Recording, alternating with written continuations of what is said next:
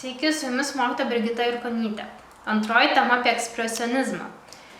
Na ir teko girdėti, kad Schoenbergas buvo vienas iš tų kompozitorių, kuris pragyveno iš dėstymo muzikantams. Na tai yra labai įdomu, nes sukurdamas dodekafonijos sistemą jis tikrai labai išgarsėjo kaip tam tikras jos išradėjas ir taip pat mokytojas.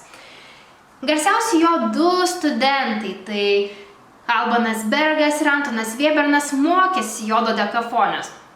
Įdomu dabar yra tai, kaip jie šiek tiek pakeitė savo mokytojo mąstyseną. Na, pirmiausia, Albanas Bergas, kurdamas savo koncertą smuikui ir orkestrui, sušildė tą savo sistemą. Kaip suprasti? Schoenbergas niekada nenaudojo tercijų savo dodekafonijos serijoje, o Albanas Bergas išdėstė ją tercijomis.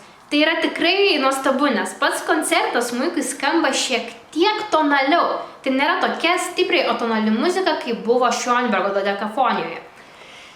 Dar yra įdomus dalykas, kad Antonas Vėbernas, kurdamas savo, pavyzdžiui, 6 bagatelės styginių orkestro ar variacijas fortepijonui opus 27 arba simfoniją opus 21, naudojo ir dar vieną techniką šalia dodekafonijos technikos, tai puantilizmą. Ir puantilizmas yra atkeliavęs iš dailės. Puantilizmas tai yra toks tapimas taškais. Na, tai daugiau gal impresionistinė technika, kai mes matome paveikslą, kuris smirga. O jis smirga dėl to, kad jis yra tapytas tam tikrais taškiukais.